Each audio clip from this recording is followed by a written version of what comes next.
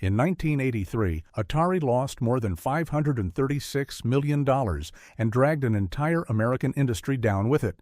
And then it did something almost nobody believes the first time they hear it.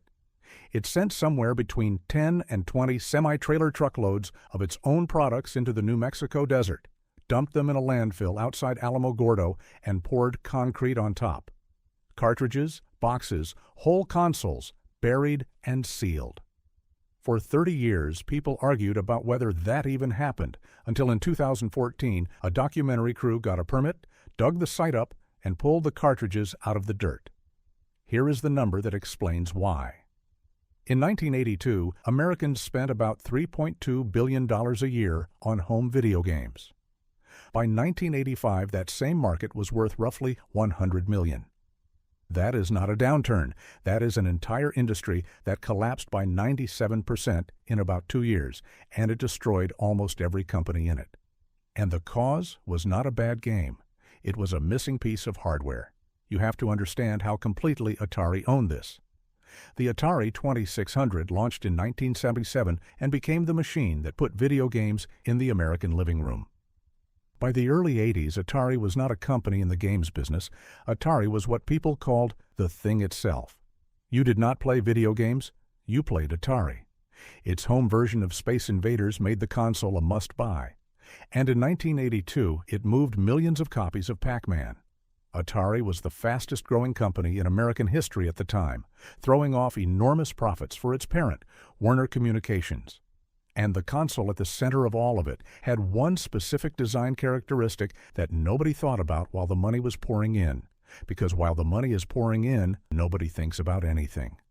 The Atari 2600 could not tell the difference between a cartridge Atari made and a cartridge anyone else made. There was no check, no handshake, no signature, no chip that asked, "Are you authorized?" You slid a cartridge into the slot, the machine read the code on it, and it ran. That is it. When the 2600 was designed in the mid-70s, this was not a decision anyone agonized over, because the idea of a company other than Atari manufacturing Atari cartridges was barely imaginable. Then, in 1979, a group of Atari's own programmers, furious that they got no credit and no royalties for games that earned tens of millions, walked out and founded Activision, the first third-party game publisher. Atari sued, Atari lost, and settled. And that outcome is the hinge of this entire story, because it established that anybody could make and sell games for the Atari 2600, and Atari had no technical means to stop them. Not a legal loophole, a hardware fact. The console had no lock on the door, and now the whole world knew. Meanwhile, Atari was making its own mistakes, and one of them became the most famous bad video game ever made. In 1982, Atari paid something in the range of $20 to $25 million for the rights to make a game out of the biggest movie on the planet, E.T. the Extraterrestrial. The licensing was finalized on the 27th of July. To make the Christmas shelves, the finished game had to be done by the 1st of September. Do that subtraction. One programmer, Howard Scott Warshaw, had just over 5 weeks to design, build, and ship an entire video game, a job that normally took months.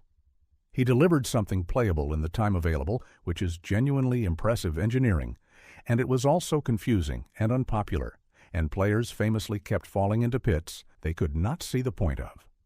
Atari manufactured around 4 million cartridges. Atari's own chief executive later said that about 3.5 million of those 4 million came back.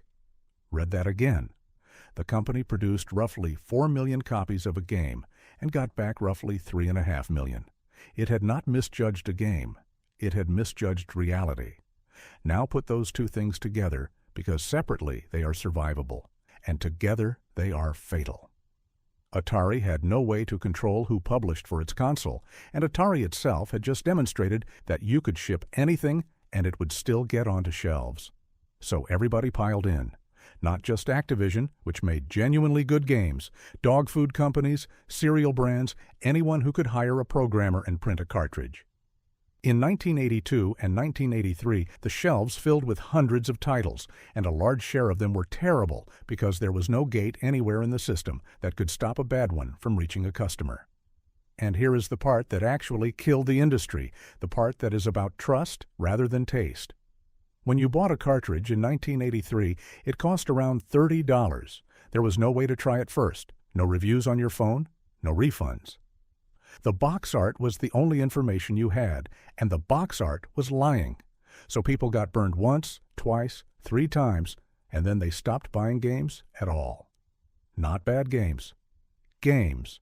Retailers sitting on warehouses of stock nobody wanted, slashed prices to $5, then refused to reorder, and some of them walked away from the category entirely. That is how you get from $3.2 billion to $100 million. Warner reported roughly $356 million of losses by the middle of 1983 and more than $536 million by the end of it. And in September of that year, the trucks drove to Alamogordo. Here is the part I actually want you to remember, and if this is the kind of teardown you enjoy, subscribe, because this channel takes apart one dead company a week, and the cause is almost always structural. 2 years after the crash, a Japanese playing card company brought a console to America, and by then, American retailers were so scarred they would barely stock video games at all. So Nintendo did something clever, and the clever part was not marketing.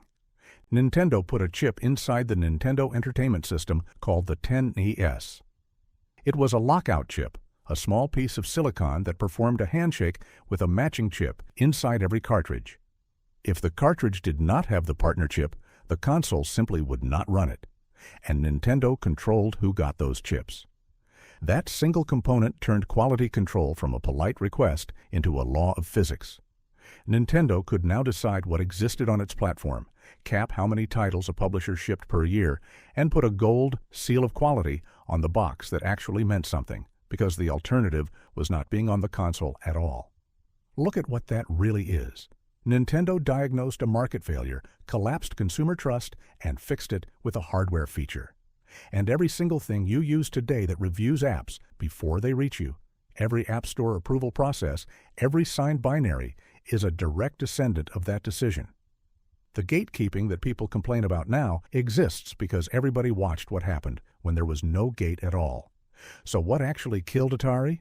Not E.T. E.T. is the story people tell because a landfill is a good picture. Atari died because its most successful product had no mechanism to control what ran on it, and it never added one, and then it got exactly what an open platform with no quality gate always gets at scale: a flood, then a collapse in trust, then no market at all. The uncomfortable lesson is that openness is not free. An open platform is a bet that the people building on it will police themselves, and that bet holds right up until the platform gets big enough to be worth exploiting, at which point the absence of a gate stops being a philosophy and starts being a liability. Atari never chose to be open, which is the real tragedy. It just never built the lock, because when the 2600 was designed, nobody could imagine needing one. Its architecture was set in the 70s by people solving a completely different problem, and it could not be changed once tens of millions of consoles were already in living rooms. Atari did not lose to a competitor. It lost to a decision made years earlier by engineers who had no idea what they were deciding. Atari had no way to keep bad software off its platform. The opposite story is just as brutal. A company that had total control of its software, the best product on the market, and threw it away on purpose. Netscape owned more than 90% of the web, then decided its own code was too messy and rewrote the whole thing from scratch, handing Microsoft a 3-year head start it never recovered from. If 97% of an industry vanishing sounds bad, wait until you see how Netscape threw away 90% of the web. That story is on the channel now, and the link is on screen.